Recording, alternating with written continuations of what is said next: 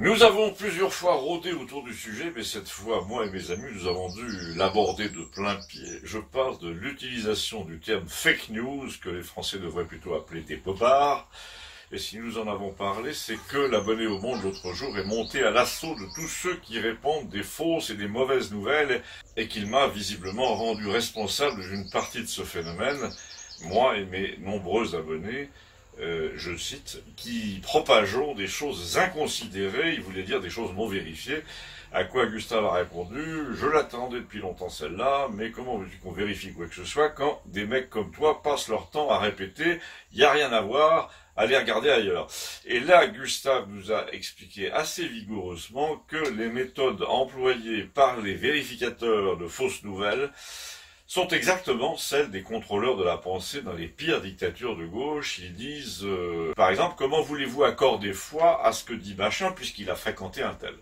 Et là, il montre une photo qui est souvent prise dans un cocktail 10 ans auparavant, des deux personnages en question ensemble devant un buffet. Or, la technique des ambitieux dans le monde politique est toujours plus ou moins la même. Je me fais photographier avec tout le monde dans mes débuts pour faire croire que je suis bien en cours. Mais comme a dit Gustave, une partie de ces ambitieux sans morale, là, finit toujours par se faire coincer pour trafic, pour blanchiment, pour abus de biens sociaux, 20 ans plus tard, voire pour des affaires de mœurs, et le type à qui ils ont dit au début de leur carrière « Allez, allez, on fait une photo souvenir avec mon téléphone », se voit reprocher ensuite de les avoir fréquentés. Si je commence par cette remarque assez juste du Gustave, c'est qu'il va être question de la cascade d'affaires, de scandales, de monstruosités parfois, dont la vie publique est le théâtre en ce moment en France et dans le monde d'ailleurs, et qui a des incidences énormes sur notre vie locale ici à Campagnol, ne serait-ce que par exemple parce que nous ne sommes pas sûrs